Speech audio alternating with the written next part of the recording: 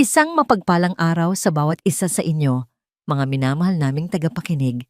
Kumusta po ang inyong mga puso?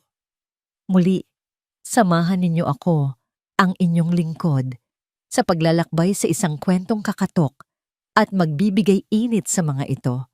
Sinasabi nila na ang kabutihan ay isang kandila, isang maliit na liwanag sa gitna ng malawak na kadiliman. Ngunit paano kung ang isang munting kabutihan mula sa isang batang walang-wala ay sapat na upang muling pag-alabin ang isang pusong matagal nang naniga sa kalungkutan? Halina't pakinggan natin ang unang kabanata ng kwentong ito. Ang ingay ng umaga sa Maynila ay isang musikang kabisado na ni Diwa. Ang busina ng mga diip, ang sigaw ng mga nagtitinda ng pandesal, ang kalampag ng mga bote sa loob ng kanyang sako. Lahat ay parte ng isang pang-araw-araw na ritual ng pagsisikap na mabuhay. Sa edad na 10, ang kanyang mga balikat ay mas sanay ng magpasan ng sako kaysa magdala ng bag na pang-eskwela. Ang kanyang mga mata, imbes na nakatutok sa pisara, ay laging alerto sa paghahanap ng anumang bagay na may halaga sa gitna ng mga basurahan. Kumalam ang sikmura ni Diwa, isang pamilyar na paalala na ang almusal ay isang premyo, hindi isang karapatan. Ngunit imbes na malungkot, ngumiti siya. Para sa kanya, ang bawat umaga ay isang bagong pagkakataon. Isang bagong pahina para sulatan ng diskarte. Sa kabilang dako ng lungsod, sa loob ng isang mansyon na napapalibutan ng matataas na pader, ang katahimikan ang siyang musika. Sa distrito ng mga Sampaguita, ang hangin ay amoy usok at pinaghalong pawis. Sa Villa Paghilom, ang hangin ay amoy ng lumang libro at nakasarang mga bintana. Si Don Sinaglazaro ay nakaupo sa kanyang paboritong silyon sa isang silid na bihirang masikatan ng araw. Ang kanyang pangalan, na nangangahulugang liwanag, ay isang malupit na kabalintunaan sa buhay na kanyang pinili. Ang tanging liwanag sa kanyang mundo ngayon ay nagmumula sa isang pilak na picture frame sa kanyang tabi. Ang larawan ng isang babae at isang batang babae. Kapwa may mga ngiting tila nagyelo na sa paglipas ng panahon. Ang kanyang mag-ina. Hindi na niya matandaan kung kailan siya huling nangumiti ng ganoon. Bawat araw ay pareho. Gigising siya, uupo sa silyong ito, tititigan ang larawan, at hihintayin ang paglubog ng araw. Ang kanyang yaman ay hindi kayang bilhin pabalik ang mga halakhak na nawala sa mansyong yon. Ang mga pader na nagpoprotekta sa kanya mula sa mundo sa labas ay siya ring mga pader na nagkukulong sa kanya kasama ang kanyang mga multo. Sa labas ng matataas na pader ng Villa Paghilom, natapos na ni Diwa ang kanyang pag-iipon sa araw na yon. Hindi gaanong marami, ngunit sapat na para sa isang maliit na pandesal at marahil isang baso ng palamig. Sa kanyang paglalakad, pabalik sa kanyang taguan, isang espasyo sa likod ng isang lumang gusali, napadaan siya sa tapat ng malaking gate ng mansyon. Huminto siya sandali, pinagmasdan ng nagtataasang pader. Ano kayang mayroon sa loob? May mga bata kayang kasing edad niya? May malambot kayang kama? Masarap kayang pagkain? Ngunit mabilis niyang iwinaksi ang mga tanong. Ang mangarap ng ganoon ay parang pagtingin lang sa mga bituin. Maganda, pero hindi maaabot. Sa di kalayuan, isang payat na asong kalye ang lumapit sa kanya. Ang buntot ay nakapagitna sa mga hita. Ang mga mata ay puno ng takot at gutom. Pareho sila, naisip ni Diwa. Parehong nakikipaglaban. Mula sa bintana ng kanyang madilim na silid, nakita ni Don Sinag ang eksena. Isang marungis na bata, isang kaawa-awang aso. Nakita niya kung paano hinati ng bata sa dalawa ang nag-iisang piraso ng tinapay na hawak nito. Itinapon ng bata ang kalahati sa aso, na mabilis itong sinunggaban. Ang natitirang kalahati ay isinubo ng bata. Nginuyang mabuti na para bang iyon na ang pinakamasarap na pagkain sa buong mundo. Isang simpleng eksena. Ngunit para kay Don Sinag, Para sa isang pusong matagal nang nanigas, ang nasaksihan niya ay parang isang malakas na lindol. Nakalimutan na niya ang pakiramdam ng kabutihang walang hinihintay na kapalit. Sa kanyang mundo, lahat ay may presyo, lahat ay may motibo. Ngunit ang batang iyon, wala siyang makuhang kahit ano mula sa aso. Ibinigay niya ang kalahati ng kanyang pagkain dahil iyon ang sinasabi ng kanyang puso. Hindi na malaya ni Don Sinag na bahagya siyang umusog palapit sa bintana. Isang damdamin ang gumapang sa kanyang dibdib, isang bagay na hindi pamilyar, isang bagay na hindi sakit o pangungulila. Pagkamangha, pagkausisa. Tinawag niya ang kanyang matagal ng driver at katiwala na si Mang Berto. Ang boses niya ay magaspang, tila hindi sanay gamitin. "Berto?" Utos niya, ang mga mata ay nakatutok pa rin sa papalayong anyo ng bata. Yung bata sa labas, yung batang may sako. "Ano po iyon, Don Sinag?" Magalang na tanong ni Berto. "Alamin mo kung sino siya," sabi ni Don Sinag. Isang bagong determinasyon ang maririnig sa kanyang tono. "At dalhin mo siya rito." Naglalakad na si Diwa palayo sa gate. Ang isip ay nasa kung paano pagkakasyahin ang kakarampot na kinita. Nang isang itim at makintab na kotse ang huminto sa kanyang tabi. Bumukas ang bintana at isang lalaking nakauniporme ang tumingin sa kanya. Kinabahan si Diwa. May nagawa ba siyang masama? "Bata," sabi ni Mang Berto. Ang kanyang boses ay hindi galit ngunit seryoso. "Pinapatawag ka ng amo ko." Napatulala si Diwa. "Ang amo? Ang may-ari ng malaking bahay?" Tumingin siya sa likod, sa malaking gate na bakal, pagkatapos sa isa lalaki sa kotse. Ang takot at pagtataka ay naghalo sa kanyang dibdib. Bakit siya? Isang hamak na batang kalye? Ano ang kailangan sa kanya ng taong nakatira sa loob ng palasyong yun? Habang naglalakbay ang makintab na kotse, papasok sa malaking gate ng Villa Paghilom, pakiramdam ni Diwa ay lumiliit siya. Ang mga pader na dati tinitingala niya lang mula sa labas ay tila mga higanting nakabantay sa isang mundo na hinding-hindi niya pinangarap na mapasok. Sa loob ng madilim na silid, pinapanood ni Don Sinag ang pagdating ng sasakyan mula sa bintana. May kakaibang kaba siyang naramdaman. Ano nga ba ang ginagawa niya? Para saan ang pag-uusisa sa isang batang lansangan? Marahil, isa lamang itong biglaang kapritsyo. O marahil, sa unang pagkakataon sa loob ng maraming taon, may isang bagay na pumukaw sa kanyang atensyon bukod sa mga alaala ng kahapon. Dinala ni Mang Berto si Diwa sa malawak na sala. Napapalibutan ng bata ng mga bagay na ngayon lang niya nakita. Mga muebles na gawa sa maitim at kumikinang na kahoy, isang chandelier na tila gawa sa libu-libong piraso ng yelo, at isang sahig na sobrang kintab na kaya niyang makita ang sarili niyang refleksyon.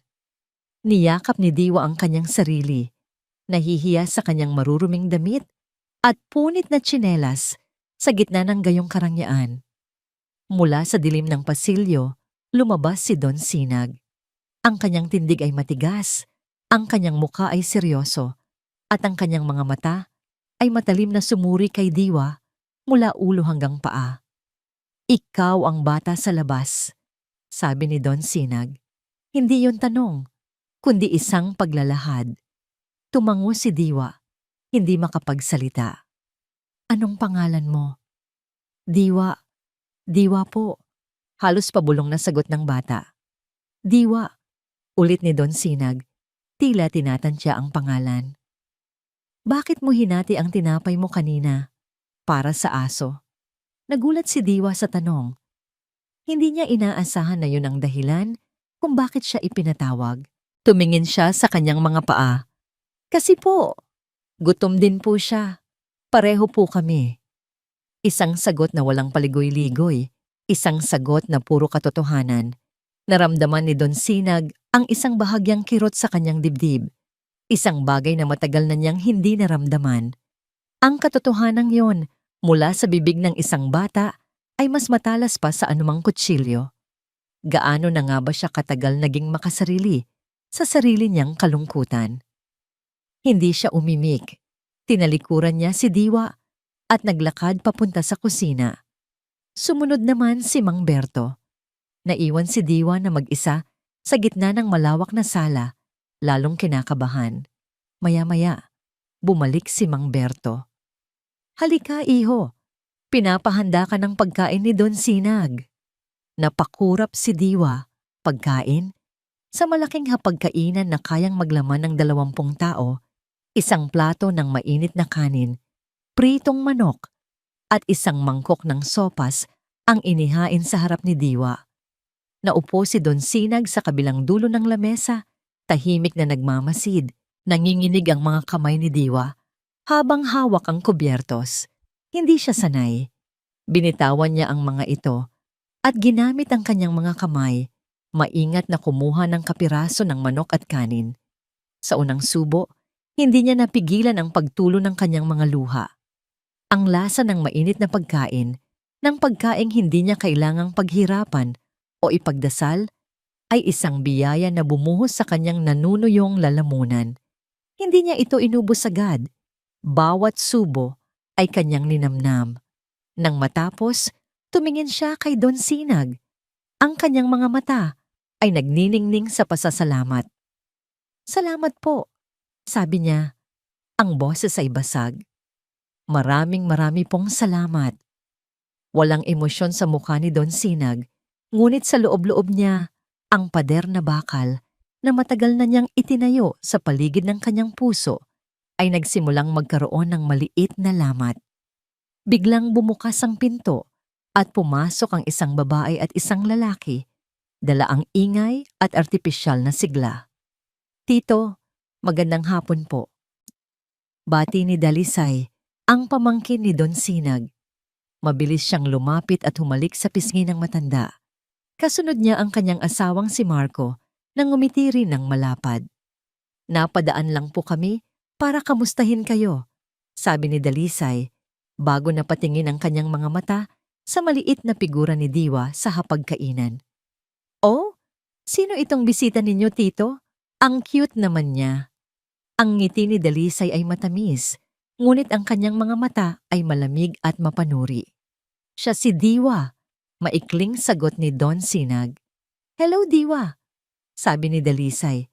Lumuhod para magpantay sila ng bata. "Ang ganda naman ng pangalan mo.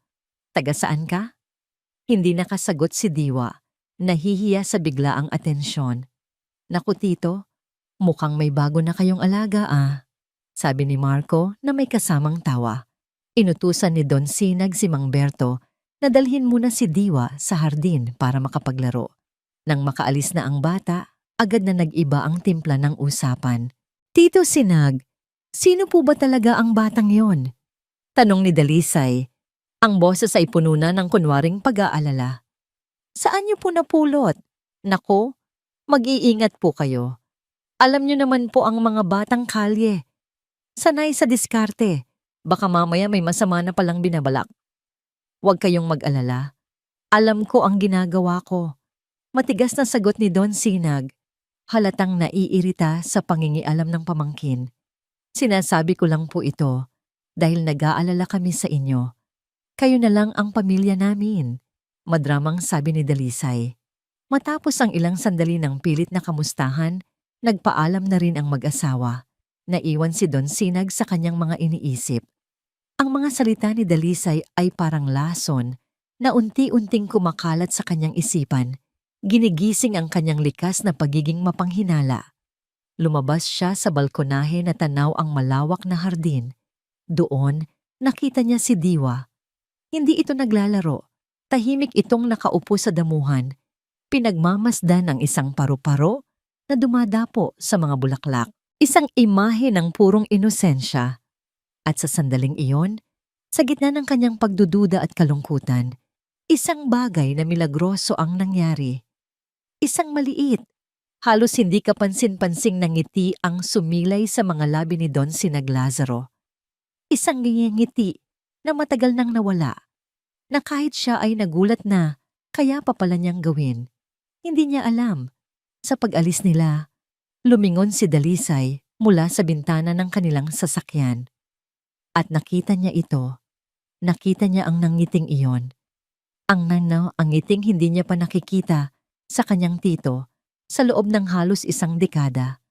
Ang nangiting para sa isang batang pulot lang sa lansangan. Biglang naglaho ang pekeng pag-aalala sa mukha ni Dalisay. Napalitan ito ng isang malamig at matigas na ekspresyon. Sa sandaling iyon, naintindihan niya. Ang bata ay hindi lang isang bisita. Isa siyang banta. Mula sa pananaw ni Diwa, ang bawat araw sa Villa Paghilom ay isang pagtuklas. Ang mga unang araw ay puno ng pagkamangha at kaunting takot. Maingat ang bawat hakbang niya sa makintab na sahig. Takot na makabasag ng mga bagay na mukhang mas mahal pa sa buong buhay niya. Ngunit unti-unti, ang mansyon ay nagiging isang kanlungan. Ang dating kumakalam niyang sikmura ay laging busog. Ang katawan niyang sanay sa lamig ng semento ay natutulog na ngayon sa isang malambot na kama. Pero ang pinakamalaking pagbabago ay ang presensya ni Don Sinag. Ang matandang dati tila isang rebultong bato ay unti-unting nagpapakita ng buhay. Hindi pa rin ito palangiti at madalas ay tahimik lang na nagmamasid, pero nararamdaman ni Diwa ang pagbabago. Sa mga tingin nito, mayroon ng kakaibang init na pumapalit sa dating lamig. Isang hapon, habang naglilibot sa malawak na bahay, dinala siya ng kanyang mga paa sa isang pasilyo na hindi pa niya napupuntahan. Sa dulo nito ay isang pinto na gawa sa madilim na kahoy na bahagyang nakaawang. Dahan-dahan niya itong itinulak at sumingaw ang amoy ng matagal nang hindi nabubuksang silid. Ang silid sa loob ay madilim at amoy alikabok. Ito ang nag-iisang parte ng bahay na tila napabayaan. Sa gitna ng silid, sa ibabaw ng isang maliit na mesa, naroon ang pamilyar na silver picture frame, ang larawan ng magandang ginang at ng batang babae na laging tinititigan ni Don Sinag. Lumapit si Diwa. Nakita niya ang manipis na alikabok na bumabalot sa salamin, na para bang isang manipis na belo na naghihiwalay sa nakaraan at sa kasalukuyan. Sa isang kilos na hindi niya pinag-isipan, itinaas ni Diwa ang laylayan ng kanyang damit. Isang luma, ngunit malinis na t-shirt na bigay ni Mang Berto, at marahan niyang pinunasan ang alikabok sa larawan. Gusto niyang makita ng malinaw ang mga ngiti nila. Gusto niyang kahit sa munting paraan, maibsan ang kalungkutan na nakikita niya sa mga mata ni Don Sinag sa tuwing tinititigan nito ang litrato.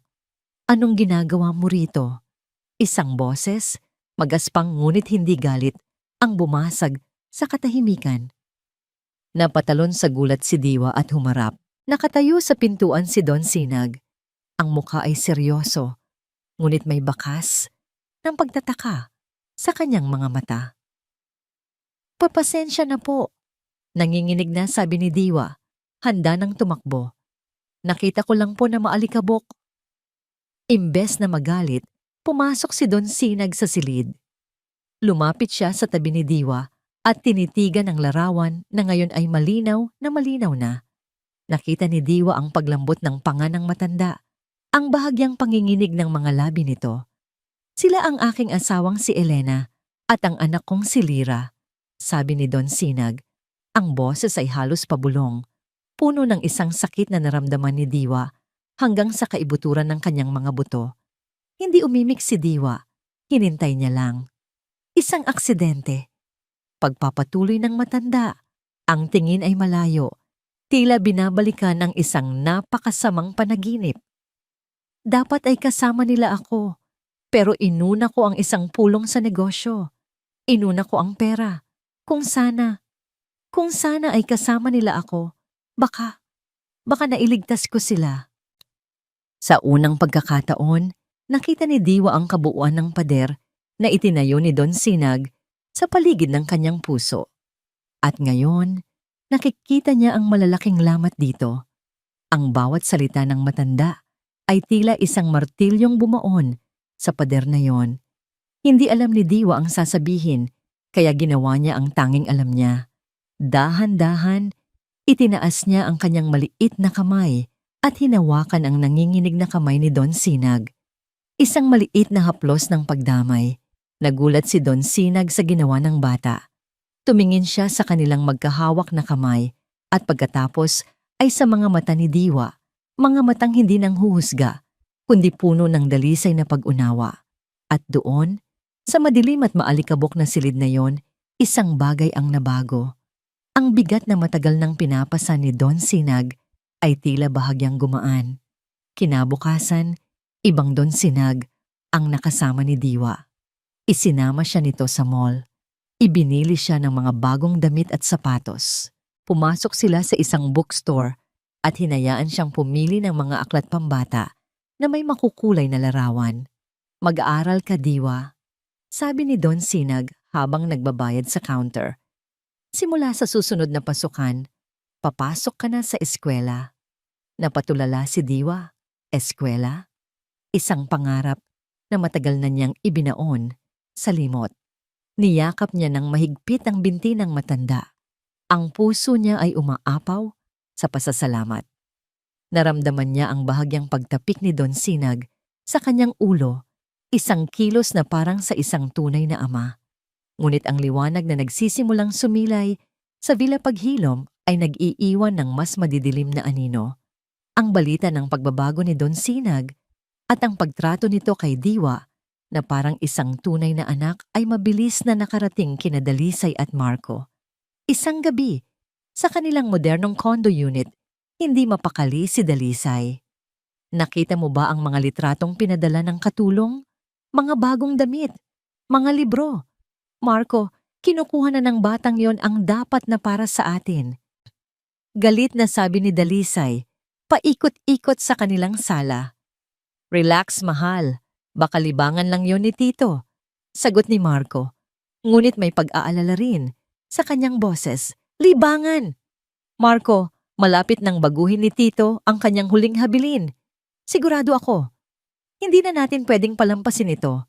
Kailangan nating tanggalin ang bata sa eksena. Ngayon na." "Anong gagawin natin? Hindi naman natin pwedeng saktan ng bata," sabi ni Marco. Isang mapanganib na ngiti ang sumilay sa labi ni Dalisay. "Hindi kailangang saktan. Kailangan lang nating sirain. Sirain ang tiwala ni Tito sa kanya.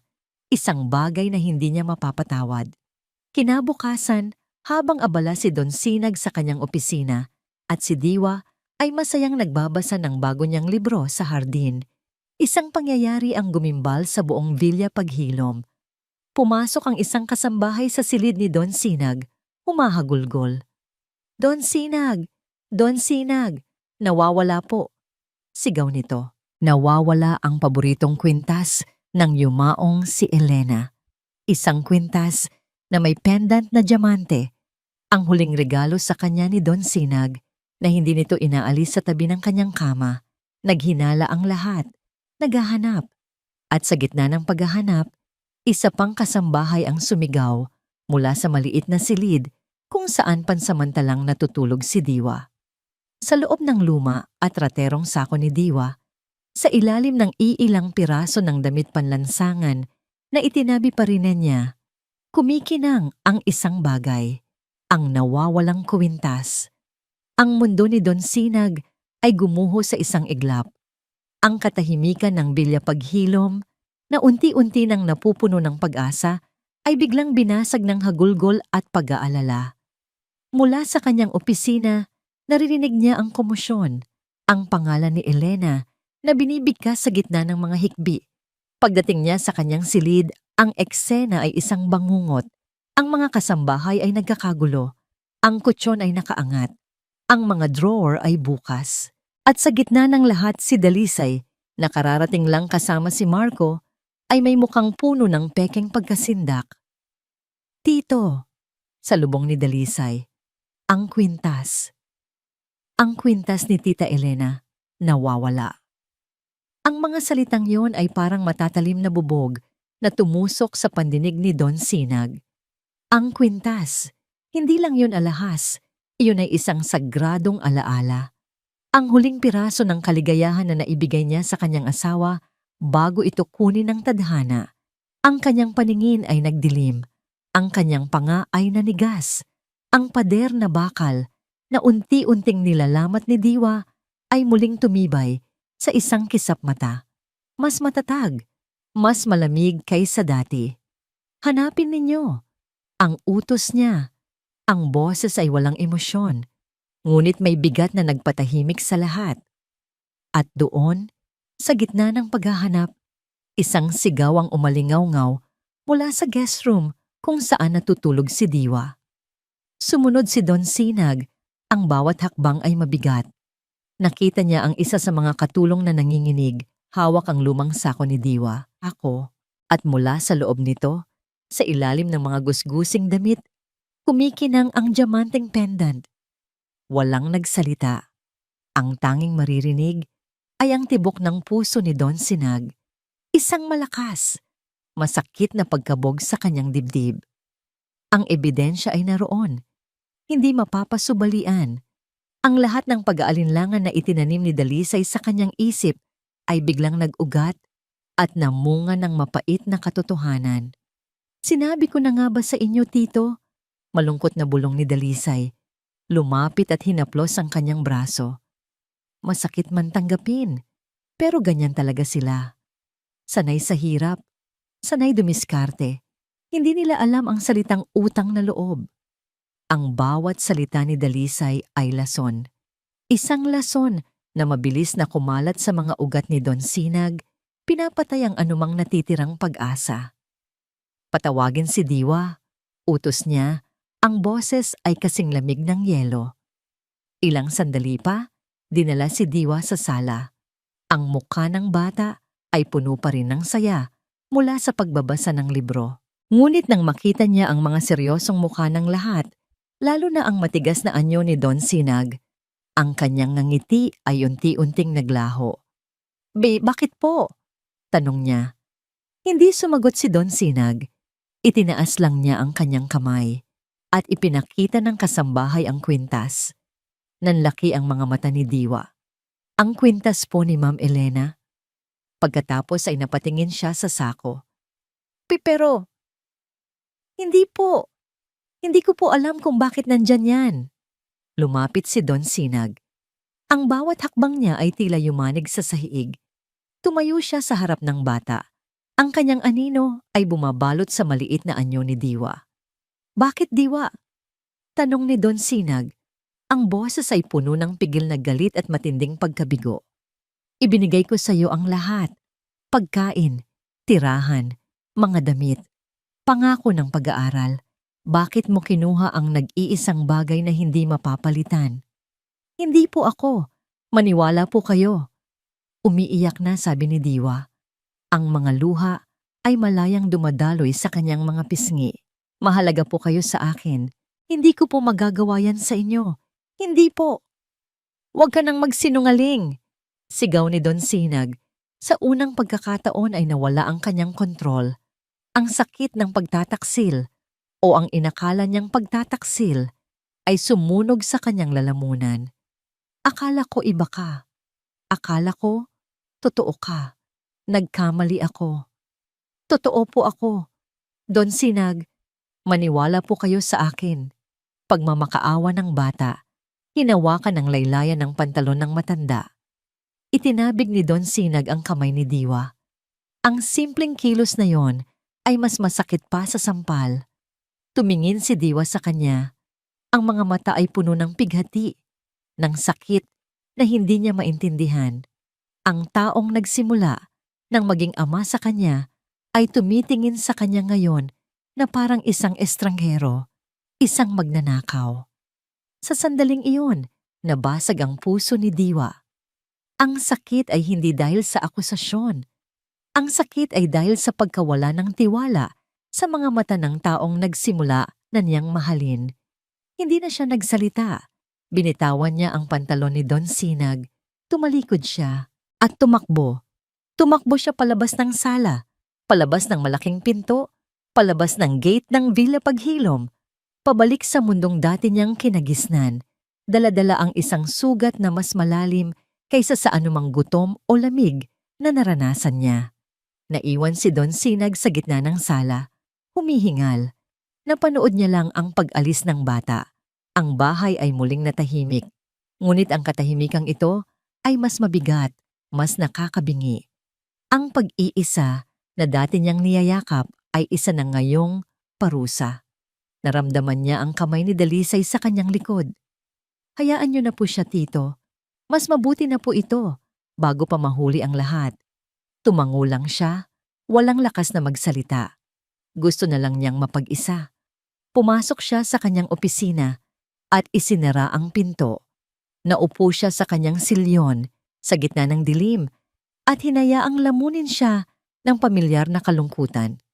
Ngunit ngayon, mas masakit ito dahil nakatikim na siya ng liwanag at ang pagbabalik sa dilim ay isang impyerno. Gabi na. Inutusan niya si Mang Berto na ligpitin ang mga gamit sa guest room. Nang wala nang makarinig, pumasok si Don Sinag sa naiwang silid. Ang kama ay maayos na.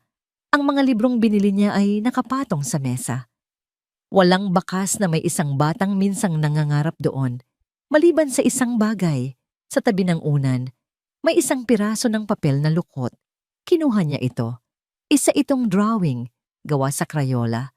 Isang malaking tao at isang maliit na bata. Magkahawak kamay, parehong may malalaking ngiti. At sa ilalim nito, sa sulat ng isang bata, nakasulat ang mga salitang, "Ang bago kong tatay." Ang papel ay tila bumatak sa kanyang mga kamay. Ang hangin ay nawala sa kanyang mga baga. Ang pader na bakal sa kanyang puso, na akala niya ay buo na muli, ay biglang gumuho at sa ilalim nito ay isang matinding pagsisisi ang sumaksak sa kanya. Napahawak siya sa kanyang dibdib. Ang sakit ay totoo at hindi maipaliwanag. Ang pagbabalik sa lansangan ay mas masakit kaysa sa unang pagtapak ni Diwa dito. Dati, ang bawat piraso ng karton ay isang higaan. Ngayon, isa na itong paalala sa lambot ng kamang kanyang iniwan. Dati, ang bawat kagat sa panis na tinapay ay isang biyaya. Ngayon, isa na itong insulto sa lasa ng mainit na sopas na kanyang natikman. Ngunit higit sa lahat, ang lamig ng gabi na tumatagos sa kanyang mga buto ay hindi kayang pantayan ang lamig na iniwan ng mga mata ni Don Sinag. Ang apoy sa kanyang puso, ang diwa ng pag-asa at pagpupursigi ay halos mamatay. Hindi na siya kasing liksi sa paghahanap ng mga bote at bakal. Minsan, nang agawin ng isang mas malaking bata ang kanyang munting naipon, hindi na siya lumaban. Hinayaan na lang niya. Para saan pa? Ang pinakamahalagang bagay na natagpuan niya ay hindi isang bagay na nakikita, kundi isang pakiramdam. Ang pakiramdam na may nagmamalasakit. At iyon ay inagaw na rin sa kanya. Gabi-gabi, sa kanyang pagtulog, ang bumabalik sa kanya ay hindi ang sigaw ni Don Sinag, kundi ang ekspresyon nito. Ang malalim na pagkabigo sa mga matang nagsimula na niyang tingalain. Iyon ang sugat na patuloy na dumurugo. Samantala, sa loob ng Villa Paghilom, ang bawat sulok ay sumisigaw ng pangalan ni Diwa. Para kay Don Sinag, ang drawing na hawak niya ay hindi lang papel at Crayola. Ito ay isang salamin na nagpapakita kung gaano siya naging bulag. Isang hukom na humahatol sa kanyang padalos-dalos na desisyon. Ang matinding galit ay napalitan ng isang malalim at nakakain na pagsisisi. Paulit-ulit na naglalaro sa kanyang isipan ang eksena. Ang umiiyak na mukha ni Diwa, ang pagmamakaawa nito, ang pagtakbo nito palayo. Paano niya nagawang maniwala na ang isang batang nagpunas ng alikabok sa larawan ng kanyang asawa ay siya ring magnanakaw sa alaala nito? Sa gitna ng kanyang pagdurusa, nagsimulang gumana ang kanyang isip, ang isip ng isang negosyante na sanay maghanap ng butas sa mga kwento at kontrata. May mga bagay na hindi magkakatugma. Ang pagdating ni Dalisay, sobrang sakto sa oras na para bang inaasahan na niya ang gulo, ang mga salita niya. Hindi mga salita ng tunay na pag-aalala, kundi mga salitang perpektong inihanda para lasunin ang kanyang isipan. At ang pinakaimportante sa lahat, ang drawing. Isang magnanakaw ay hindi mag-iiwan ng ganito. Isang taong may masamang intensyon ay hindi tatawaging tatay ang kanyang bibiktimahin. Hating gabi, bumangon si Don Sinag mula sa kanyang silyon. Ang pagsisisi ay walang magagawa kung hindi niya hahanapin ang katotohanan. May isang lugar sa bahay na nakakakita ng lahat, ang security room. Sa ilalim ng malamlam na ilaw, mula sa mga monitor, naupo si Don Sinag. Ni-rewind niya ang recording ng CCTV mula sa araw na yon. Pinanood niya ang lahat, ang pagdating ni Dalisay at Marco, ang kanilang mga pekeng ng ngiti, ang kanilang pilit na pakikipag-usap. Pagkatapos, nakita niya ito. Habang ang lahat ay nasa sala, nakita niya sa isang monitor si Dalisay na paalis, sinasabing magbabanyo. Ngunit hindi siya pumunta sa banyong malapit sa sala. Naglakad siya sa pasilyo, sa direksyon ng master's bedroom. Ilang minuto siyang nawala sa kuha ng kamera. At pagkatapos ay bumalik siya sa sala, ang muka ay kalmado, na para bang walang nangyari. Makalipas ang 10 minuto, nagsimula ang sigawan tungkol sa nawawalang kwintas. Paulit-ulit na pinanood ni Don Sinag ang parte na yon. Ang tiyempo, ang direksyon, ang kasinungalingan. Hindi ito direktang ebidensya na kinuha ni Dalisay ang kwintas, ngunit ito ay ebidensya na siya'y nagsinungaling at may pagkakataong gawin ang krimen. At sa mundo ni Don Sinag, ang isang butas sa kwento ay sapat na para pagdudahan ang buong pundasyon nito. Isinave niya ang kopya ng video sa isang hiwalay na drive. Ang digital na anino ay nakuha na niya. Ngayon, kailangan niya ang anino na nagsasalita. Kinabukasan, maaga niyang ipinatawag si Manang Fe, ang pinakamatagal na nilang kasambahay, ang isa sa pinakapinagkakatiwalaan ng kanyang yumaong asawa. Sa loob ng kanyang pribadong opisina, kung saan walang ibang makakarinig, hinarap niya ang matandang katulong. Ang mga mata ni Manang Fe ay namumugto pa, halatang apektado pa rin sa mga nangyari. Manang Fe, simula ni Don Sinag, ang boses ay kalmado, ngunit may bigat. Matagal na kayo sa pamilya. Kilala ninyo ako. At kilala ninyo si Elena. Alam ninyo kung gaano kahalaga sa akin ang kwintas na yon. Tumango si Manang Fe, yumuko. Opo, Don Sinag. Kailangan kong malaman ang totoo, kahit gaano kasakit. Pagpapatuloy niya. Kahapon, bago magsimula ang gulo, nakita mo ba si Dalisay? Nag-atubili ang matanda. Ang mga kamay niya ay nagsimulang manginig. Pumunta po siya sa banyo. Gaya po ng sabi niya. Tinitigan siya ni Don Sinag, hindi galit, kundi naghahanap ng katotohanan. Manang Fe, sa banyo ba talaga malapit sa sala? O sa ibang direksyon? Ang simpleng tanong na yon ay tila isang malakas na sampal kay Manang Fe. Napahagulgol siya. Patawad po, Don Sinag. Patawarin niyo po ako. Natakot po ako. Natakot saan, Fe? Nakita ko po si Ma'am Dalisay. Galing po siya sa pasilyo kung nasaan ang silid ng bata. Humihikbing pag-amin ng matanda. Nakasalubong ko po siya. Nagulat pa nga po siya nang makita ako. Tinanong niya kung nasaan ang banyo, kahit alam naman niya. At bago po siya umalis, sinabihan niya po ako. Sinabihan niya po akong manahimik na lang kung ayaw kong madamay sa gulo. Ang huling piraso ng palaisipan ay nalagay na sa lugar. Isang malinaw at nakakapangilabot na larawan ang nabuo sa isipan ni Don Sinag. Ang pagnanakaw, ang pagtatanim ng ebidensya, ang pananakot sa testigo. Ito ay isang perpektong plinano na krimen na idinisenyo hindi lang para magnakaw, kundi para sirain ang isang inosenteng bata, para sirain ang namumuong pag-asa sa Villa Paghilom. Salamat, Fe, sabi ni Don Sinag. Ang boses ay wala ng bakas ng kalungkutan. Napalitan ito ng isang bagay na mas matigas pa sa bakal, isang malamig na determinasyon. Makakaasa kang walang mangyayaring masama sa'yo. Nang makaalis na si Manang Faye, naiwan si Don Sinag sa katahimikan ng kanyang opisina. Kinuha niya ang drawing ni Diwa at tinitigan ito. Ang mga nakangiting mukha. Ang mga salitang, "ang bago kong tatay." Ang pagsisisi ay naging isang nagbabagang galit. Isang galit na hindi mainit at padalos-dalos, kundi isang galit na malamig, kalkulado, at naghahanap ng hustisya. Mali siya nang palayasin niya si Diwa at itatama niya ang pagkakamaling iyon. Ngunit bago niya hanapin ang bata, kailangan muna niyang linisin ang sarili niyang bahay. Kailangan niyang harapin ang mga ahas na matagal na pala niyang inaalagaan. Kinuha niya ang telepono. Ang kanyang mga kamay ay hindi nanginginig. Bawat pagpindot sa numero ay may bigat at layunin. Nagring ito ng 2 beses bago sagutin. "Tito, napatawag po kayo? Good morning po. Kamusta po ang pakiramdam ninyo?" Ang boses ni Dalisay sa kabilang linya ay masayang-masaya, na para bang isang normal at magandang umaga lang. Hindi niya sinuklian ang pagbati. "Dalisay," sabi ni Don Sinag.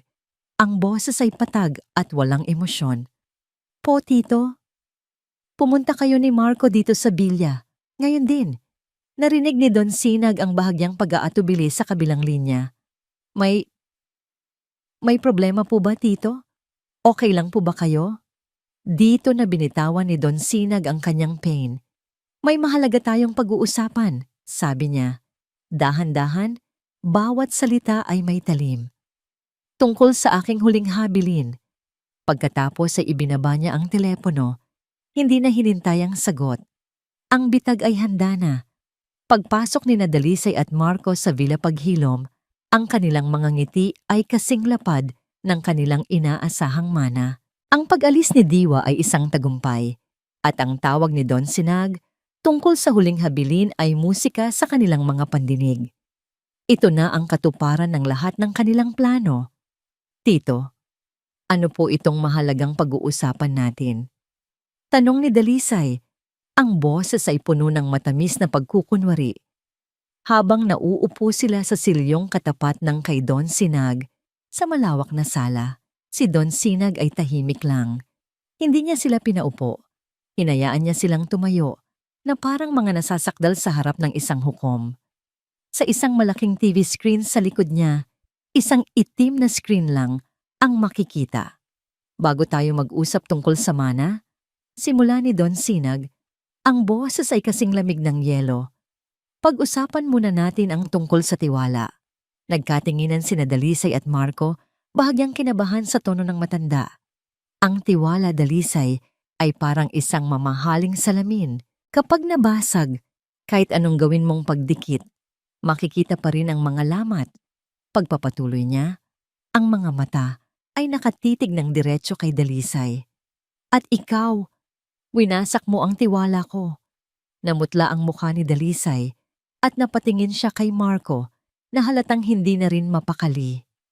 "Titito, ano po ang ibig ninyong sabihin?" Imbes na sumagot, kinuha ni Don Sinag ang remote control. Sa isang pindot, umilaw ang screen. Walang tunog ang video, ngunit ang mga imahe ay mas malinaw pa sa anumang salita. Unang lumabas ang eksena kung saan nagpapaalam si Dalisay na magbabanyo. Pagkatapos ay ang kuha sa ibang anggulo, kung saan malinaw na naglakad siya patungo sa pasilyo ng master's bedroom, at pagkatapos ay sa pasilyo ng guest room kung saan natutulog si Diwa. At ang huli, ang eksena kung saan nakasalubong niya si Manang Faye. Ang takot at pagkagulat sa kanilang mga mukha. Tapos na ang video. Ang katahimikan sa sala ay nakakabingi. "Mamanipulado iyan! Hindi iyan totoo!" Sigaw ni Dalisay. Ang boses ay nanginginig. "Ang teknolohiya ay hindi nagsisinungaling, Dalisay," mahinahong sabi ni Don Sinag. "Pero ikaw, buong buhay mo, puro kasinungalingan." Doon na sumabog si Dalisay. Wala nang matamis ng ngiti. Wala nang pekeng pag-aalala. Ang lumabas ay isang halimaw na matagal nang nagkukubli. Oo, ako nga ang gumawa noon. Ako nga. Umalingaw-ngaw ang kanyang sigaw sa buong mansyon. Dahil sawang-sawa na ako. Sawang-sawa na akong maging anino lang sa pamilyang ito. Anino? Naguguluhang tanong ni Don Sinag. Oo, anino. Lumapit si Dalisay. Ang mga mata ay nag-aapoy sa galit. Palagi na lang si Lira. Si Lira na magaling. Si Lira na matalino. Si Lira na paborito. Kahit patay na siya, siya pa rin ang bida. Ang lahat ng yaman na ito, dapat sa kanya. Hindi ba? At kami? Kami na nabubuhay, kami na nagtitiis sa tabi ninyo, kami ang pulot dulo lang. Ang bawat salita ay isang saksak sa puso ni Don Sinag. Hindi niya akalain na ganito kalalim ang inggit at galit na itinatago ng kanyang pamangkin. Ang perang iyon ay amin dapat. Karapatan namin iyon. Pagpapatuloy ni Dalisay. Pero dumating ang pulubing iyon. Isang batang hindi natin kaano-ano. At sa isang iglap, handa mo nang ibigay sa kanya ang lahat. Ang pagmamahal na hindi mo na ibigay sa amin. Ang kayamanan na dapat ay sa amin. Hindi iyon makatarungan. Katarungan. Umiling si Don Sinag. Ang pighati ay napalitan na ng matigas na desisyon. Huwag mong banggitin ang salitang katarungan. Dahil simula ngayon, mararanasan mo kung ano ang tunay na katarungan. Tapos na ang pagpapanggap, Dalisay. Huminga siya ng malalim. Tawagan mo ang abogado natin. Bukas na bukas din, babaguhin ko ang aking huling habilin. Wala kang makukuhang kahit isang sentimo. Ang lahat ng ari-arian ko ay mapupunta sa isang foundation para sa mga batang lansangan. Tila sinampal ng 10 beses si Dalisay. Ang galit sa kanyang mukha ay biglang napalitan ng desperasyon. At isa pa, dagdag ni Don Sinag, ang bawat salita ay isang pako sa kabaong ng mga pangarap ni Dalisay. Ipahahanap ko si Diwa at gagawin ko siyang tunay na Lazaro. Ituturing ko siyang anak na hindi ko naibigay kay Lira. Iyon na ang huling salita. Ang pagkasuklam sa mukha ni Dalisay ay hindi maipinta. Alam niyang talo na siya. Ngunit bigla, kumalma ang kanyang mukha. Isang nakakapangilabot na katahimikan ang pumalit sa kanyang galit. Ngumiti siya. Kung iyan po ang desisyon ninyo, Tito, tatanggapin ko. Nagulat si Don Sinag sa biglaang pagbabago. Pero bago po kami umalis, sabi ni Dalisay, pumunta sa maliit na bar sa gilid ng sala. Hayaan ninyo po akong ipagtimpla kayo ng paborito ninyong tsaa bilang huling paggalang. Kahit nagdududa, hinayaan siya ni Don Sinag. Habang nakatalikod si Dalisay, ang kanyang mga kamay ay mabilis na gumalaw. May isang maliit na botelya siyang kinuha mula sa kanyang bag at mabilis na nagpatak ng ilang likido sa tasa. Inabot niya ang tsaa kay Don Sinag. Ang mga kamay ay hindi nanginginig. Paalam po, Tito. Tumalikod na sila at naglakad palabas. Nang makalabas na sila ng pinto, hinawakan ni Dalisay ang braso ni Marco. Ang kanyang mga mata ay walang emosyon, malamig na parang yelo. Kung hindi natin makukuha, walang sino man ang makakakuha, bulong niya. Oras na para tawagan ng doktor na yon. Naiwan si Don Sinag sa sala. Nakaramdam siya ng pagod, ngunit mayroon ding kakaibang gaan. Tapos na. Ang katotohanan ay lumabas na. Kinuha niya ang telepono para tawagan si Mang Berto. Berto, ihanda mo ang mga tauhan. Hanapin ninyo si Diwa. Huwag kayong babalik hanggat hindi ninyo siya kasama. Pagkatapos ng tawag, humigop siya sa tsaa na inihanda ni Dalisay. Mapait. Bigla, isang matalim na kirot ang biglang sumaksak sa kanyang dibdib. Napahawak siya dito. Ang kanyang paningin ay nagsimulang manlabo. Ang tasa ay nahulog mula sa kanyang mga kamay, nabasag sa sahig. Sinubukan niyang tumayo. Ngunit ang kanyang mga binti ay hindi na sumunod. Napaluhod siya. Ang kanyang paghinga ay nauubos. Ang huling nakita niya ay ang kisame ng kanyang mansyon. Dahan-dahang nagdidilim. At sa gitna ng sakit, At pagkalito, isang huling halakhak ang umalingaw sa kanyang isipan, ang malamig at matagumpay na ngiti ni Dalisay. Ang balita sa lansangan ay parang apoy sa tuyong damo. Mabilis kumalat, walang sinisino. Narinig ito ni Diwa mula sa isang nagtitinda ng sigarilyo na nagbabasa ng dyaryo. Milyonaryong negosyante, Don Sinag Lazaro, pumanaw dahil sa atake sa puso. Ang mga salita ay tila mga langgam na gumapang sa kanyang tainga, bumaba sa kanyang lalamunan at kinain ang anumang natitirang hangin sa kanyang mga baga. Hindi maari. Tumakbo siya palayo sa mga tao, palayo sa mga salitang ayaw niyang paniwalaan. Sumuot siya sa isang madilim na eskinita, sa likod ng mga basurahan, sa kanyang munting taguan. Doon, sa wakas, bumigay siya. Ang iyak na nagsimula sa kanyang dibdib ay isang mabangis na hayop na gustong kumawala. Humagulgol siya, hindi tulad ng isang bata, kundi tulad ng isang taong nawalan ng lahat. Ang kanyang mga balikat ay nayanig. Ang kanyang lalamunan ay namaga. Ang bawat hikbi ay nagdadala ng imahe ni Don Sinag. Ang seryosong mukha nito, ang unti-unting panggiti, ang pagtapik sa kanyang ulo, ang pangako ng isang bagong buhay. Patay na. Ang bago niyang tatay ay wala na. At ang huling alaala niya rito ay ang galit sa mga mata nito, ang pagtataboy nito sa kanya. Ang sakit ay doble-doble. Ang pighati ng pagkawala ay hinaluan ng laso ng pagsisisi. Sana hindi na lang siya tumakbo. Sana ay nanatili siya at nagmakaawa pa. Baka kung nandoon siya, hindi ito nangyari. Lumipas ang maghapon, nayakap-yakap niya ang kanyang mga tuhod. Nang magsimulang dumilim, isang pagnanasa ang tumubo sa kanyang puso. Kailangan niyang makita ito. Kailangan niyang makita siya sa huling pagkakataon.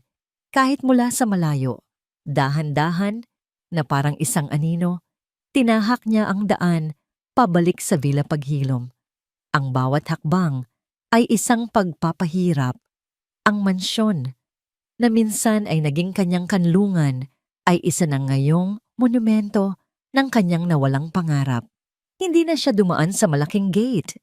Nagtago siya sa mga halaman sa gilid ng pader, sa isang lugar kung saan may siwang na tanaw ang bintana ng malawak na sala.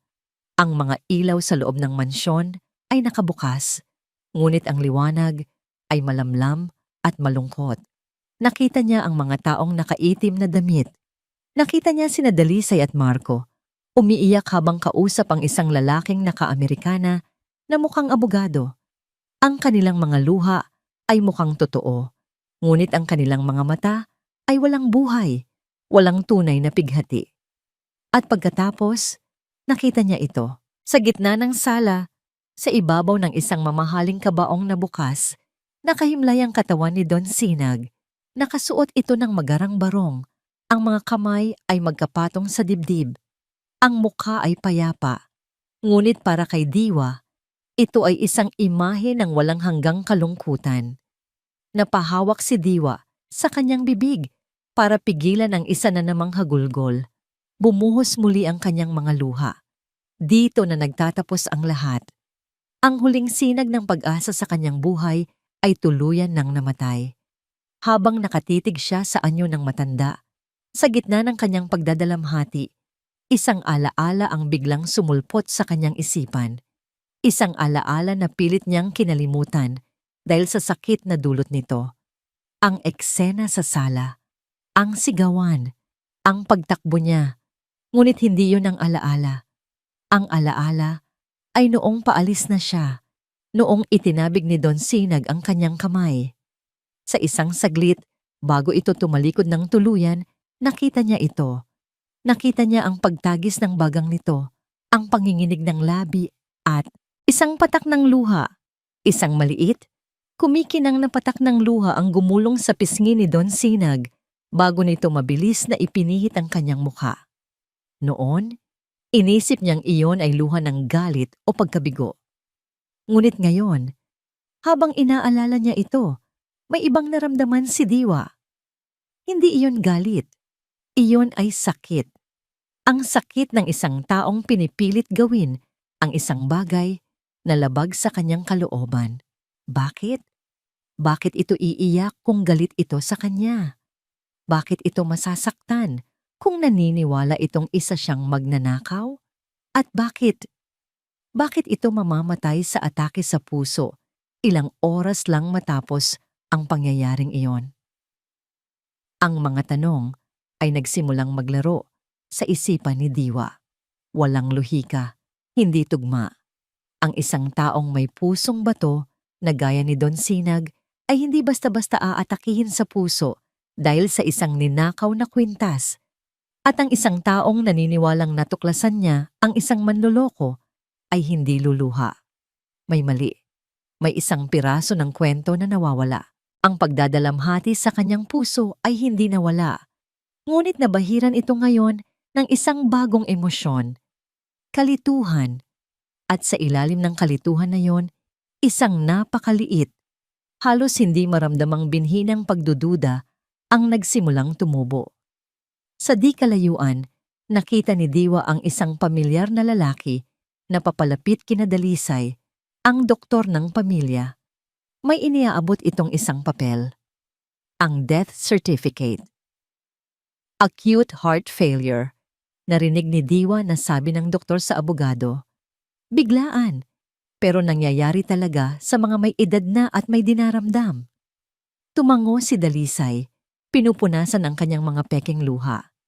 Nang tumalikod ang abogado at ang doktor, sa isang saglit na walang sino mang nakatingin, nakita ni Diwa ang isang bagay na nagpatayo ng lahat ng balahibo sa kanyang katawan. Isang mabilis, halos hindi mahahalata, ngunit puno ng tagumpay na ngisi ang sumilay sa mga labi ni Dalisay. Ang nangisi ni Dalisay ay parang isang susi na nagbukas ng isang madilim na silid sa isipan ni Diwa. Biglang nagkaroon ng kahulugan ang lahat ng bagay na hindi niya maintindihan. Ang perpektong tiyempo ng pagkawala ng kwintas, ang luha sa mata ni Don Sinag, ang biglaang pagkamatay nito. Ang lahat ay konektado at ang sentro ng lahat ng ito ay ang babaeng nagpapanggap na nagluluksa ngayon. Sa mga sumunod na araw, ang bilya paghilom ay naging entablado ng isang perpektong dula. Si Dalisay ang bida, ang ulirang pamangkin na nag-aasikaso sa burol ng kanyang pinakamamahal na tito. Siya ang tumatanggap sa mga nakikiramay, ang umiiyak sa tamang oras, at ang nagbibigay ng mga panayam sa media tungkol sa biglaang pagkawala ng butihing pilantropo. Para sa mundo, siya ay isang anghel. Para kay Diwa, na nagmamasid mula sa malayo, siya ay isang demonyo. Mula sa kanyang taguan, naging anino si Diwa. Sinusundan niya ang bawat galaw sa mansyon, at ang kanyang mga nakikita ay nagpapatibay lang sa kanyang hinala. Nakita niya kung paano sinisante ni Dalisay ang mga pinakamatapat na katulong, kasama na si Manang Fe at Mang Berto. Pinalitan sila ng mga bagong mukha na walang alam sa nakaraan, mga taong utusan lang na walang koneksyon sa yumaong amo. Isang hapon, nakita niyang dumating ang abogado. Pagkaalis nito, narinig niya ang malutong na halakhak ni Dalisay at Marco mula sa hardin. Nagbubuhos sila ng mamahaling alak, nagtatawanan, nagdiriwang, walang bakas ng pagluluksa. Ito ay isang selebrasyon ng tagumpay. Sa wakas, Dalisay, atin na ang lahat. Narinig ni Diwa na sabi ni Marco. Ang lahat ng paghihirap natin, nagbunga na rin. Sinabi ko naman sa'yo, mahal. Sagot ni Dalisay. Ang boses ay puno ng pagmamalaki. Sa tamang diskarte, kahit ang bakal ay kayang baliin. Ang mga salitang yon ay tumatak sa isipan ni Diwa. Naintindihan na niya ngayon. Hindi siya pinalayas dahil sa kwintas. Pinalayas siya para mawala ang hadlang. At pinatay si Don Sinag para makuha ang mana. Isang desperadong plano ang nabuo sa kanyang isipan. Kailangan niyang may makausap. Kailangan niyang may maniwala sa kanya. Una niyang hinanap si Mang Berto. Natagpuan niya ito sa isang maliit na paupahan malungkot at walang trabaho. "Mang Berto, tulungan niyo po ako," sabi ni Diwa, humihingal. Hindi po inatake sa puso si Don Sinag. May ginawa po sila, Ma'am Dalisay. Tumingin sa kanya ang matandang driver. Ang mga mata ay puno ng awa. "Iho, Diwa, alam kong masakit. Naging mabuti sa'yo si Don Sinag. Pero tapos na. Wala na siya. At wala tayong magagawa. Pero may pruweba po ako. Nakita ko po." Pagpupumilit ni Diwa, umiling lang si Mang Berto. Pruweba ng isang bata laban sa salita ng isang doktor at ng buong pamilya? Walang maniniwala sa atin, iho. Magagalit lang lalo si Ma'am Dalisay. Mapapahamak ka lang. Itago mo na lang ang sarili mo. Sinubukan din niya sa isang pulis na nakita niya sa kanto. Ngunit nang marinig ng pulis ang kanyang kwento, isang batang kalye na nag-aakusa sa mayamang pamilya yan ng pagpatay, tinawanan lang siya nito at pinalayas. "Umuwi ka na sa inyo, bata. Huwag kang manood ng masyadong maraming teleserye." Bawat pagkabigo ay parang isang malaking bato na dumadagan sa kanyang dibdib. Walang nakikinig, walang naniniwala. Siya ay isang boses sa ilang, sumisigaw ng katotohanan na walang gustong pakinggan. Ang lahat ng pag-asa ay tila nauubos. Para siyang isang munting bangka sa gitna ng isang malakas na bagyo, at ang gabi ay papalapit na. Ang gabi bago ang libing. Ito na ang huling pagkakataon. Kung maililibing na si Don Sinag, maililibing na rin ang lahat ng katotohanan. Umupo si Diwa sa isang sulok ng eskinita, habang ang malakas na ulan ay bumubuhos mula sa langit, tila nakikidalamhati sa kanya. Basang-basa. Nanginginig sa ginawa't takot. Ang lahat ay nawala. Ang kanyang tatay, ang kanyang pangarap, ang kanyang pag-asa sa hustisya. Tumingala siya sa madilim na langit. Pakiramdam niya ay nag-iisa na lang siya sa buong mundo. Sumuko na ba siya? Hahayaan na lang ba niyang magtagumpay ang kasamaan? Hindi. Sa gitna ng kadiliman, isang alaala ang muling nagliwanag. Ang imahe ni Don Sinag na hinahatian ng isang aso ng kanyang nag-iisang tinapay. Ang kabutihan, ang tapang na gawin ang tama kahit walang nakatingin. Iyon ang unang bagay na hinangaan niya kay Don Sinag. Hindi. Iyon ang unang bagay na hinangaan ni Don Sinag sa kanya. At pagkatapos, ang huling alaala, ang isang patak ng luha, ang luhang nagsasabing may mali, ang luhang humihingi ng tulong. Tumayo si Diwa. Ang panginginig ng kanyang katawan ay napalitan ng isang matibay na determinasyon. Kung walang maniniwala sa kanya, kung walang tutulong sa kanya, gagawin niya ito ng mag-isa. Kahit ito pa ang huling bagay na magawa niya sa mundo. Kahit buhay niya pa ang kapalit. Bukas ang libing. Bukas, kailangan niyang makapasok sa simbahan. Bukas, sa harap ng lahat, isisigaw niya ang katotohanan. Iyon na lang ang natitira niyang sandata. Ang kanyang boses, kinabukasan, ang araw ng libing. Ang malaking simbahan ay puno ng mga taong nakaluksa. Ang mga bulaklak ay nagkalat. Ang malungkot na musika ng organo ay pumupuno sa hangin. Sa gitna ng lahat, ang saradong kabaong ni Don Sinag Lazaro. Sa pulpito, nagbibigay ng kanyang eulogy si Dalisay. Ang boses ay basag sa mga pekeng hikbi. Si Tito ay hindi lang isang tiyuhin sa akin. Siya ay isang ama, isang gabay, isang inspirasyon. Sa likod ng simbahan, sa pinakasulok, isang maliit na anyo ang nakapasok nang hindi napapansin. Basang-basa pa rin ang damit mula sa ulan kagabi. Ang kanyang mga mata ay namumula. Ang kanyang mga kamao ay nakakuyom ng mahigpit. Pinapanood ni Diwa ang dula-dulaan. Ang puso niya ay kumakabog na parang tambol ng digmaan. Handa na siya. Sa pulpito, si Dalisay Silang ay ang perpektong imahe ng isang nagluluksa. Nakasuot ng mamahaling itim na bestida, ang kanyang buhok ay maayos na nakapusod. Ang bawat salitang lumalabas sa kanyang bibig ay binalot sa pekeng pighati. Ang bawat hikbi ay perpektong nakatuno. Si Tito Sinag ay hindi lang isang haligi ng komunidad.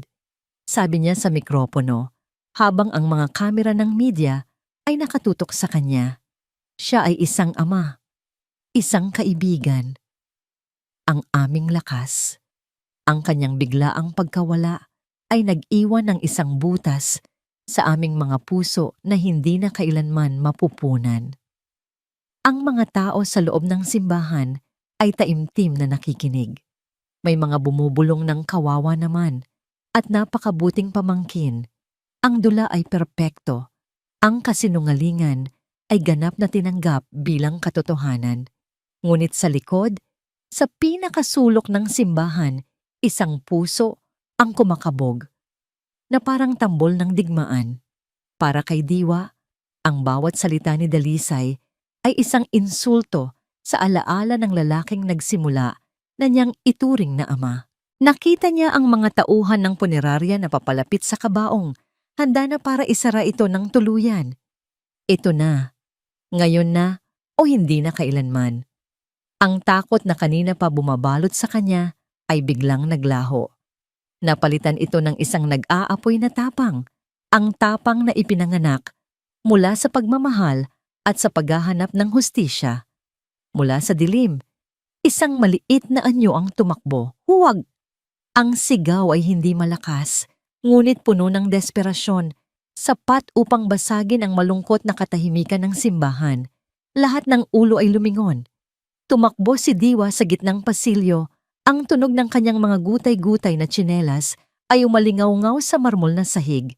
Ang kanyang damit ay basa pa, ang kanyang mukha ay puno ng dumi at luha.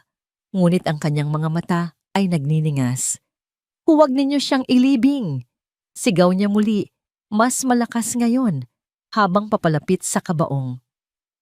Buhay pa siya! Gulat. Pagkalito, ang mga bulungan ay naging isang malakas na ugong. Sino yan? Anak ng kalye? Anong pinagsasabi niya? Sa pulpito, ang mukha ni Dalisay ay nagyelo sa pagkasindak. Ang kanyang perpektong dula ay nawasak. Si Marco, na nakaupo sa unang hilera, ay mabilis na tumayo. Anong kabaliwan ito? Security! Alisin niyo ang batang yan dito! Sigaw ni Marco. Ngunit huli na ang lahat. Narating na ni Diwa ang harap ng simbahan. Humawak siya sa gilid ng kabaong na para bang poprotektahan niya ito gamit ang kanyang munting katawan. Hinarap niya ang mga tao. Ang kanyang dibdib ay umaakyat baba sa paghingal. Huwag po kayong maniwala sa kanila, sigaw ni Diwa. Itinuro sina Dalisay at Marco. Hindi po siya inatake sa puso. Sila po ang may gawa nito. Nilason po nila siya. Sinunggaban ni Marco ang braso ni Diwa. Malakas, masakit. Tumahimik ka, demonyo kang bata ka. Umalis ka dito. Bitiwan niyo ako. Nagpupumigla si Diwa. Nagsasabi po ako ng totoo. Hindi po ako magnanakaw. Plinano po nila ang lahat para makuha ang pera. Itinanim po nila ang kwintas sa gamit ko para mapalayas ako. Ang mga salita ay sunod-sunod na lumabas mula sa bibig ni Diwa. Isang desperadong pagbubunyag ng katotohanan. Ang mga pulis na nakatalaga para sa seguridad ay nagsimula nang lumapit para awatin ang gulo. At bago niya ako pinalayas, humagulgol si Diwa, ang boses ay basag na. Bago po siya tumalikod, nakita ko siyang lumuha, isang patak ng luha. Hindi po iiyak ang isang taong galit lang. Iyon po ay luha ng isang taong nasasaktan at humihingi ng tulong. Ang hilaw na emosyon sa boses ng bata ay tumagos sa puso ng ilan sa mga nakikinig. Ang kwento ay napakabaliw, ngunit ang sakit sa mga mata ni Diwa ay hindi maikakailang totoo. Tama na yan. Sigaw ni Dalisay mula sa pulpito. Ang kanyang pagkukunwari ay tuluyan ng gumuho, napalitan ng purong pagkasuklam. Isang baliw na batang kalye. Huwag kayong maniwala sa kanya. Kunin niyo na siya. Nang akmang hihilahin na ng mga pulis si Diwa, isang boses ang pumigil sa kanila.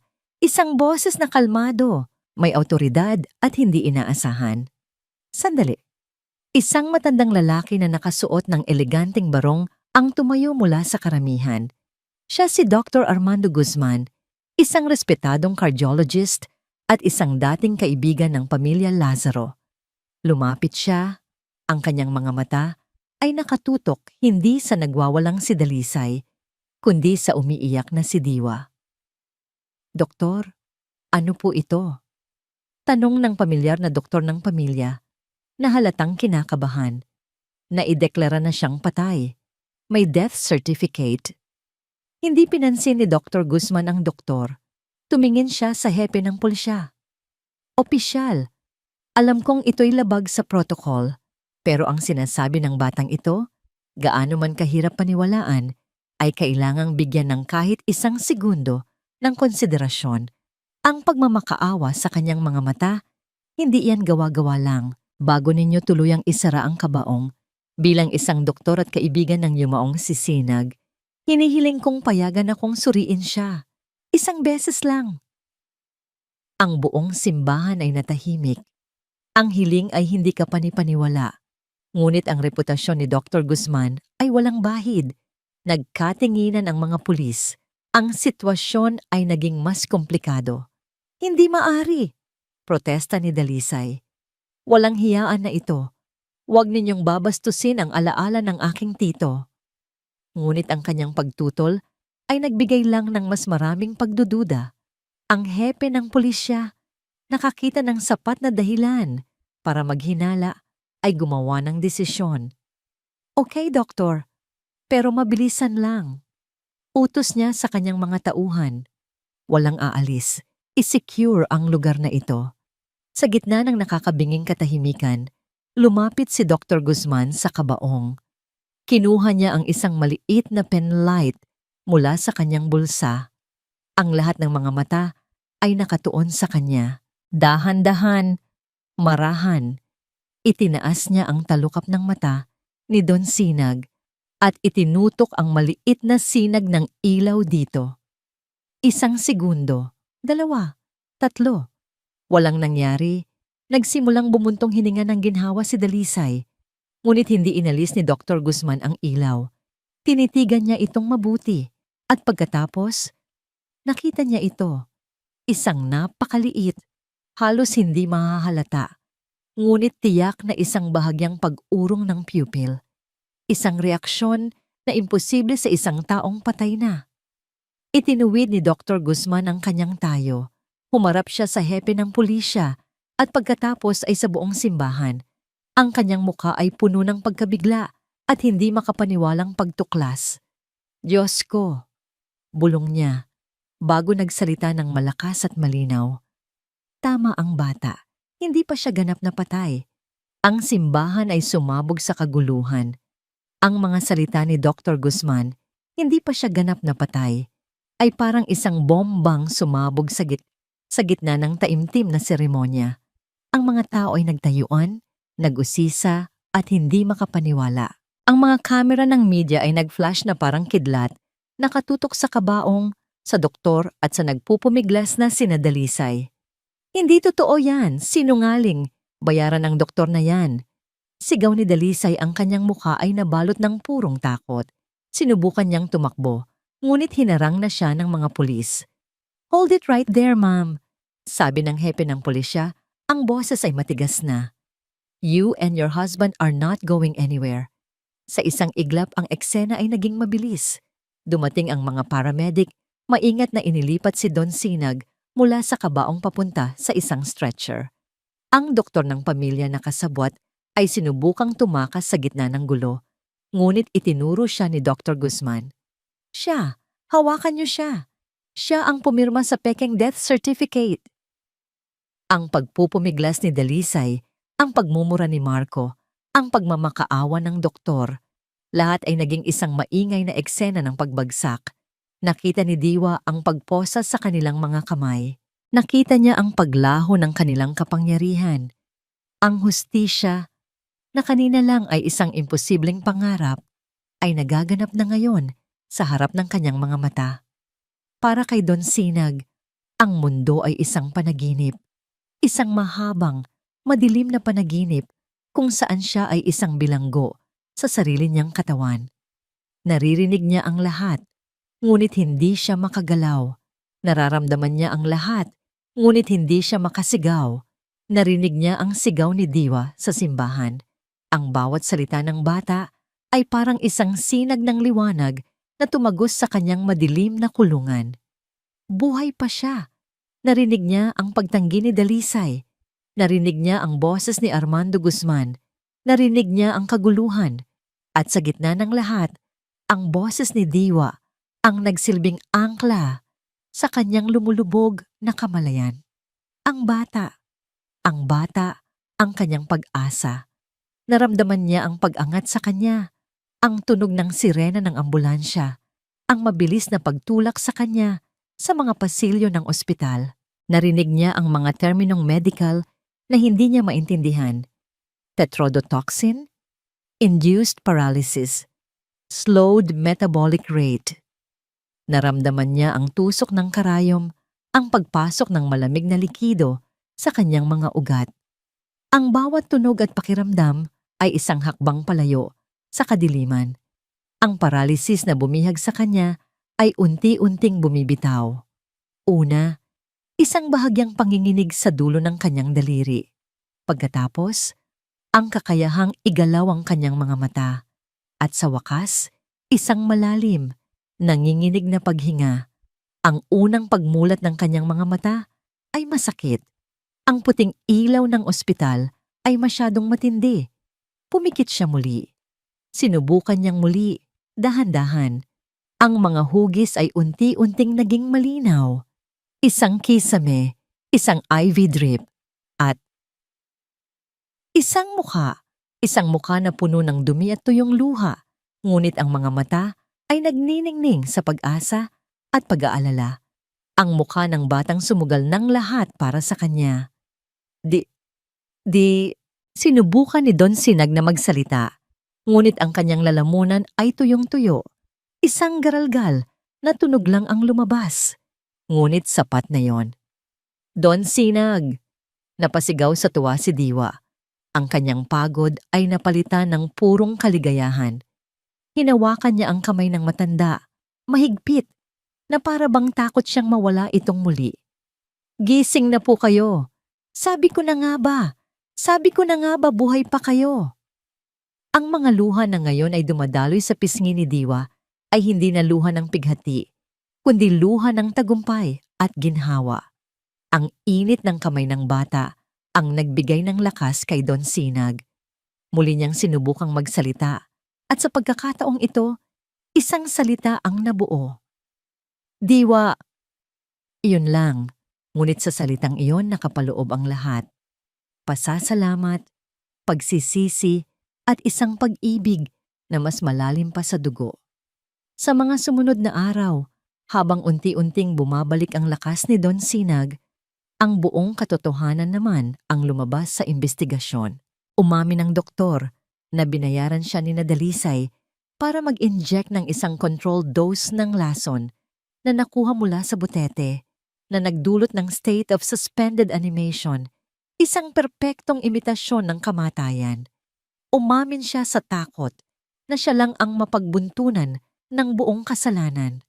Ang motibo, ang pagbabago sa huling habilin, ay naging malinaw. Ang mga bank account ni Dalisay at Marco na nagpapakita ng malalaking utang ay nagsilbing karagdagang ebidensya. Ang kaso ay matibay. Ang dating respetadong mag-asawa ay naging sentro ng isang iskandalong gumimbal sa alta sosyedad. Isang hapon, habang si Don Sinag ay nakaupo na sa kanyang hospital bed, pinapanood ang balita. Pumasok ang kanyang abogado. Sir, sabi ng abogado, ang lahat ng ebidensya ay naisaayos na. Nakakulong na sila at walang piyansa. Ang buong kwento ay nasa kamay na ng piskal. Ngayon, nag-atubili ang abogado. Mayroon lang pong isang katanungan na kailangan nating sagutin para sa hinaharap. Ang tungkol po sa huling habilin ninyo. Ano po ang gusto ninyong gawin ngayon? Ngumiti si Don Sinag, isang tunay, payapang ngiti. Tumingin siya sa labas ng pinto ng kanyang silid. Doon, sa pasilyo, nakita niya si Diwa na masayang kausap ang mga nurse. Ikinukwento ang kanyang mga naging karanasan sa lansangan na para bang mga adventure. Ang bata ay isang bukas na libro ng katatagan at kabutihan. Ibinalik niya ang tingin sa kanyang abogado. Ang desisyon ay matagal nang nabuo sa kanyang puso mula pa noong una niyang makita ang drawing. "Mayroon akong babaguhin, attorney?" Sabi ni Don Sinag. Ang boses ay mahina pa, ngunit puno ng katiyakan. Pero hindi lang iyon. Mayroon din akong idadagdag, isang napakahalagang bagay. Tumingin siya muli kay Diwa. Ang kanyang mga mata ay puno ng pagmamahal ng isang ama. "Gusto kong simulan ng proseso. Ang proseso para gawin siyang isang tunay na Lazaro." Lumipas ang ilang buwan. Ang iskandalo ay unti-unting humupa, napalitan ng ibang mga sariwang balita. Ngunit para sa mga sangkot, ang epekto nito ay panghabang buhay. Sa huling araw ng paglilitis, hinatulan sina Dalisay at Marcos Silang ng habambuhay na pagkakakulong para sa kasong attempted murder at falsification of public documents. Walang pagsisisi sa kanilang mga mukha, tanging malamig na pagtanggap sa kanilang pagkatalo. Sa kanilang paglabas ng korte, hinarap sila ng galit ng publiko at ng walang awang pag-flash ng mga kamera, isang napakalayong larawan mula sa dati nilang buhay na puno ng karangyaan at respeto. Ang kanilang kasakiman ang naging sarili nilang kulungan.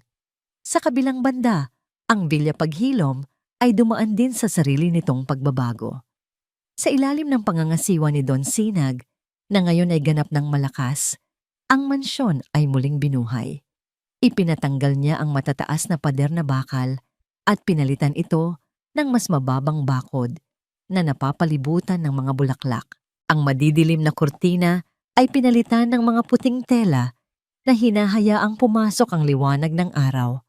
Ang dating amoy ng kalungkutan at alikabok ay napalitan ng amoy ng bagong pintura, sariwang bulaklak at nilulutong pagkain. Ang Villa Paghilom, na dati isang musoleo ng mga alaala, ay isa na ngayong tahanan. At sa puso ng tahanang yon ay si Diwa. Isang umaga, sa isang maliit at simpleng opisina sa City Hall, isang mahalagang seremonya ang naganap.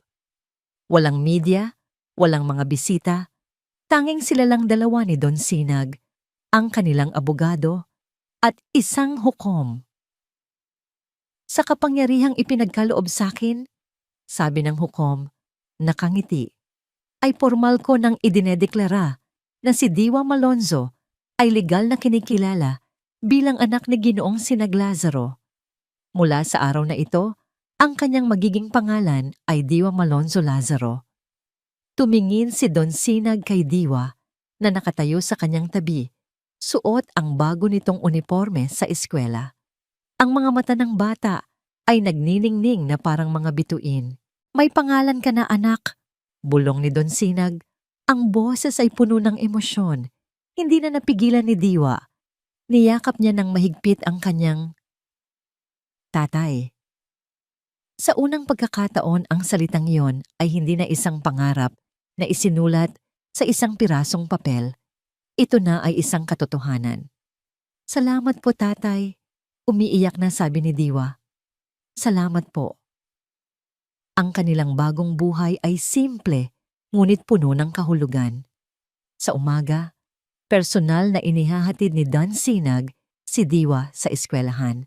Sa hapon, tinutulungan niya ito sa kanyang mga takdang aralin.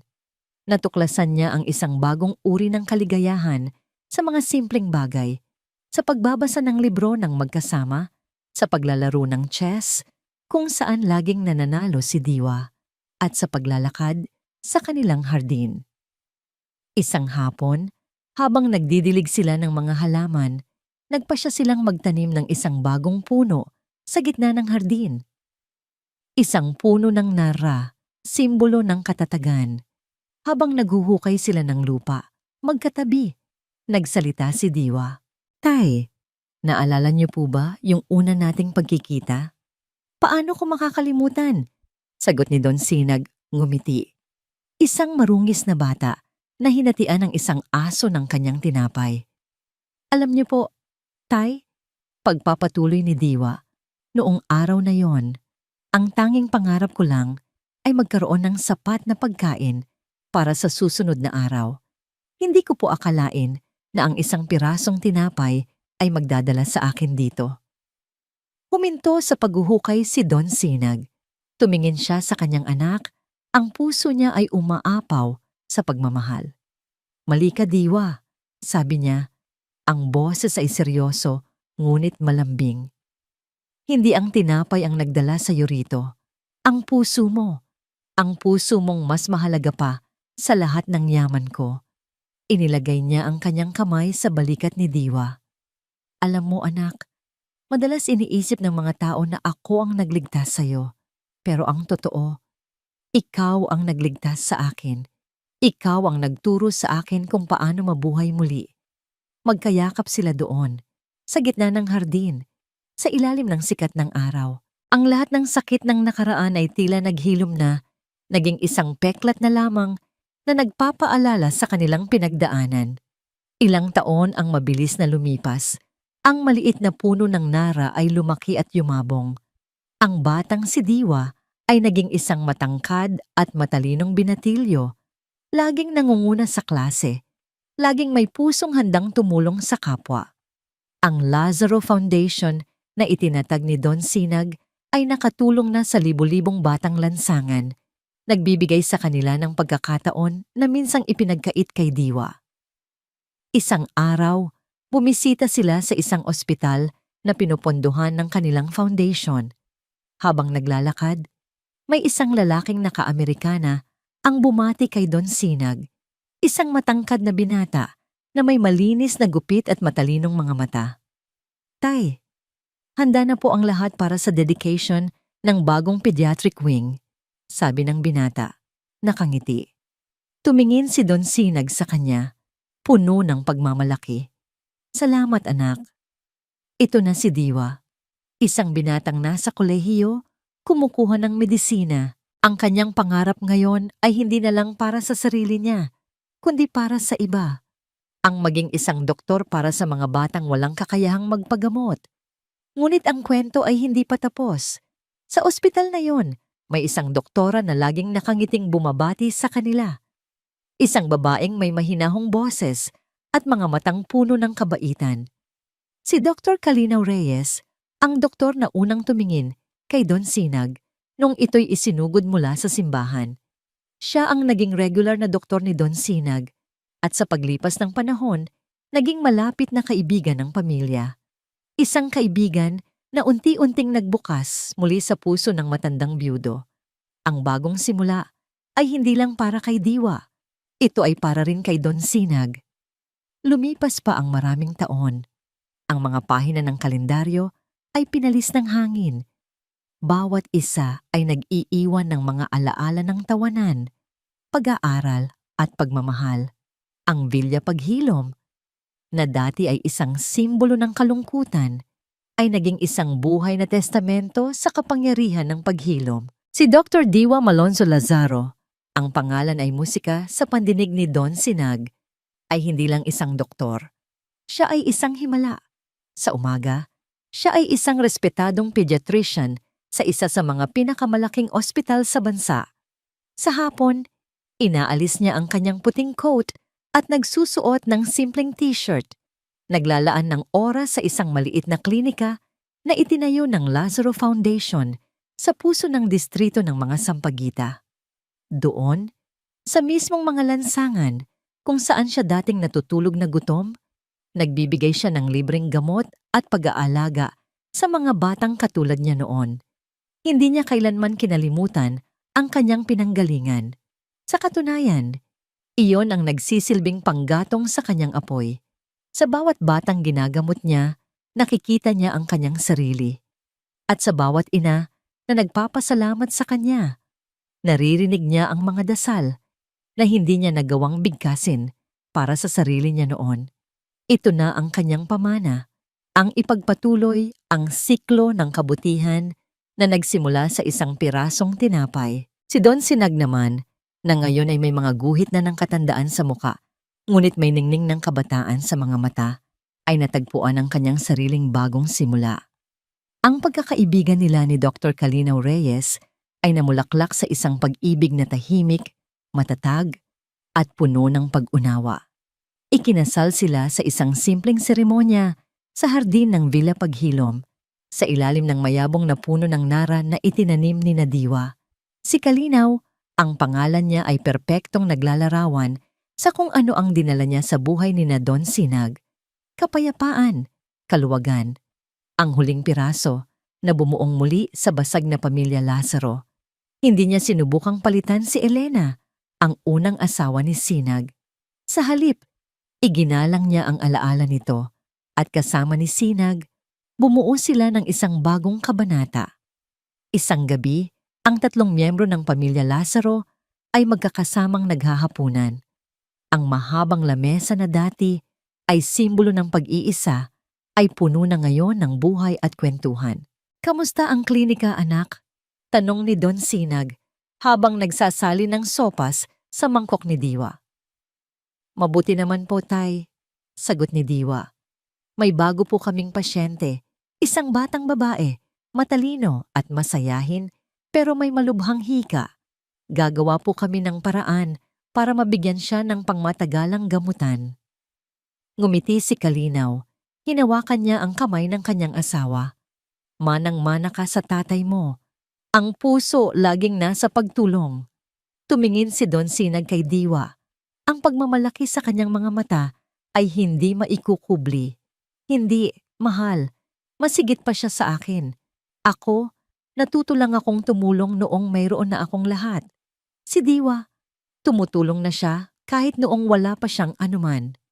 Pagkatapos ng hapunan, nagtungo si Diwa at Don Sinag sa balkonahe, isang ritual na madalas nilang gawin. Tanaw mula roon ang kumikinang na mga ilaw ng lungsod. "Tay," sabi ni Diwa, "minsan, iniisip ko pa rin sila. Sina Dalisay." Huminga ng malalim si Don Sinag. "Ako rin, anak. Hindi galit ang nararamdaman ko para sa kanila, kundi awa. Ipinagkakait nila sa kanilang sarili ang isang bagay na mas mahalaga kaysa sa anumang pera, ang kapayapaan ng kalooban. Sana, balang araw, mapatawad din nila ang kanilang mga sarili," sabi ni Diwa. Tumingin si Don Sinag sa malayo. Ang pagpapatawad ay isang mahabang paglalakbay. Ang mahalaga ay ang sarili nating paglalakbay. Inakbayan niya ang kanyang anak. "At ang paglalakbay nating dalawa, ito ang pinakamagandang regalong natanggap ko sa buhay." Nakatayo sila roon, mag-ama, sa ilalim ng mga bituin, isang dating bilyonaryong isinalba mula sa kulungan ng kanyang kalungkutan at isang dating batang lansangan na isinalba mula sa kahirapan ng buhay. Magkaiba man ang kanilang pinanggalingan, ang kanilang mga puso ay pinag-isa ng isang pambihirang kabutihan. Ang kanilang kwento ay hindi tungkol sa yaman o sa trahedya. Ito ay isang kwento tungkol sa pag-asa, tungkol sa kung paano ang isang maliit na sinag ng liwanag mula sa isang batang may pusong ginto ay kayang magpabago ng lahat, maghilom ng pinakamalalim na sugat at bumuo ng isang pamilya hindi mula sa dugo, kundi mula sa pag-ibig. Ang pamana ni Diwa at Don Sinag ay hindi ang kanilang pera o pangalan, kundi ang isang simpleng katotohanan na ang tunay na kayamanan ay hindi nasusukat sa kung anong mayroon ka, kundi sa kung anong kaya mong ibigay. At dito po nagtatapos ang makulay na kwento ni Diwa at Don Sinag. Mula sa kaibuturan ng aking puso, marami pong salamat. Salamat sa inyong tapat na pagsama sa amin, sa bawat kabanata, sa bawat pagpatak ng luha, at sa bawat pagsilip ng pag-asa. Habang isinusulat ko ang kwentong ito, naramdaman ko ang bigat ng kalungkutan ni Don Sinag at ang di matatawarang kabutihan sa puso ni Diwa. Ang bawat salita ay isang paalala na kahit sa pinakamadilim na gabi, mayroong isang munting liwanag na naghihintay lamang na matagpuan. Ito po ang kwento ng pag-asa na ang isang tunay na pamilya ay hindi laging nabubuo sa dugo, kundi sa pag-ibig na walang hinihintay na kapalit.